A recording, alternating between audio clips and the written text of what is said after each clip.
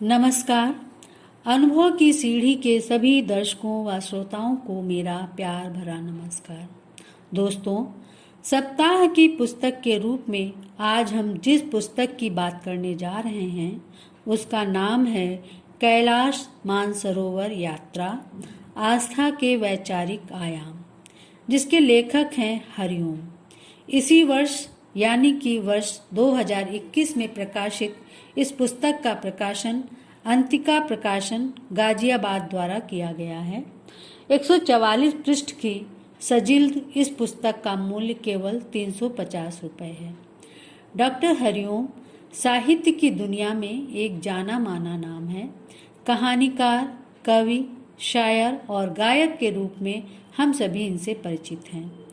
धूप का परचम, ख्वाबों की हंसी, मैं कोई एक रास्ता जैसे आपके गज़ल संग्रह हैं। तितलियों का शोर कहानी संग्रह है। कपास के अगले मौसम में कविता संग्रह प्रकाशित हो चुके हैं। राज्य कर्मचारी साहित्य संस्थान उत्तर प्रदेश के अध्यक्ष पद को सुशोभित करने वाले डॉक्टर हरिओम संस्थान की त्रैमासिक हिंदी पत्रिका अपरिहार के प्रधान संपादक हैं।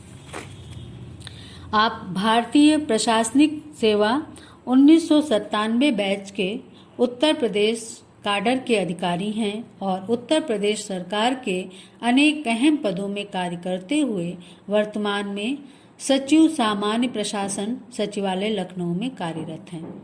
कैलाश मानसरोवर यात्रा, आस्था के वैचारिक आयाम, जैसा कि नाम से ही विदित होता है कि यह एक यात्रा वृत्तांत है।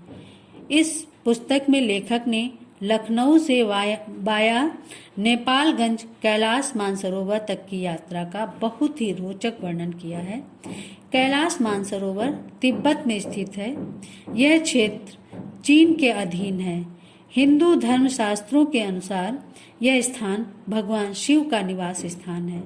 हिंदुओं के साथ साथ बौद्ध, जैन और बौद्ध धर्मों में भी इस स्थान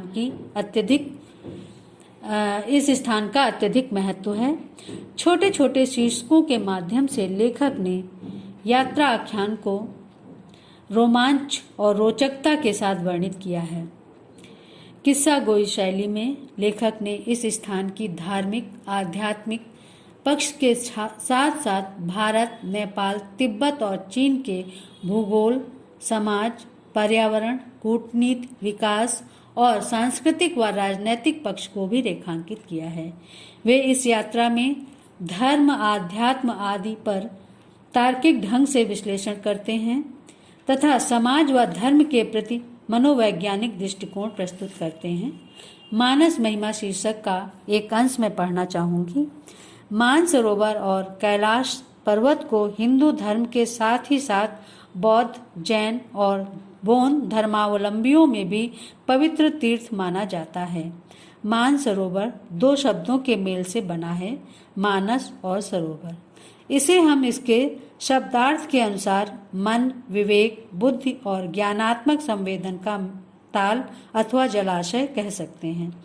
कहते हैं कि यह पहले सृष्टिकर्ता ब्रह्मा के मन में उत्पन्न हुआ, फिर उन्होंने धरती पर इसकी रचना की। पुस्तक में सुंदर प्राकृतिक दृश्य हैं, धर्म की व्याख्या है तथा इस राह में आने वाली दुश्वारियों का वर्णन भी मिलता है। एक उदाहरण देखें। समस्या आप खुद ब खुद समझ जाएंगे, मैं सिर्फ उदाहरण दूंगी। बाहर इतनी बेगवान सर्द हवा थी कि प्रकृति की नित्य पुकार के लिए खुले मैदान का उपयोग करना बहुत बड़े साहस और धैर्य की मांग करता था। कैलाश मानसरोवर यात्रा पर एक जो अनुभव तिब्बत सीमा में घुसते ही हमें मिल रहा था वह था शौचालयों का बेहद खराब रखरखाव। सरकारी कार्यालयों से लेकर यात्रियों के लिए बनाए गए सराय तक सभी जगहों पर किसी को टॉयलेट के समुचित रखरखाव की चिंता नहीं थी, जबकि यह एक बुनियादी सुविधा थी। वे आगे लिखते हैं, यह मानवीय आचरण कि उस परंपरा की तरफ हमारा ध्यान खींच रहा था जिसमें मनुष्य अपनी गंदगी को अपने से दूर नहीं करता, बस उसे दूसरों की नज़र से कहीं छुपाने के प्रयास में रहता है। और यहाँ तो यह गंदगी छुप भी नहीं सकी थी, बस नज़र की ओट भर थी।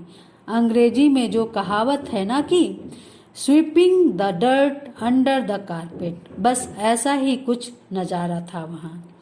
हिंदी कवियों की काव्य पंक्तियाँ, उर्दू शायरों के शेर, संस्कृत के उद्धरणों से तथा हरिओम जी के स्वयं के गीत पंक्तियों से सजी और सधी भाषा में कथ्य की रवानगी व रम्यता देखते ही बनती है। जैसे कि एक उदाहरण देखें, काफी अंतराल के बाद आरडी सर के मुख से कोई शेर निकला था।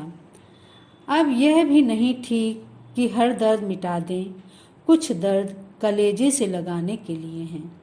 मैंने इस गज़ल का मतला हवा में उछाल कर उनकी मोहक मुस्कान के बीच उन्हें जवाब दिया, अशआर मेरे यूं तो जमाने के लिए हैं, कुछ शेर फकत उनको सुनाने के लिए। चित्रों से सजी इस पुस्तक को पढ़ते हुए कैलाश मानसरोवर यात्रा का पूरा आनंद मिलता है।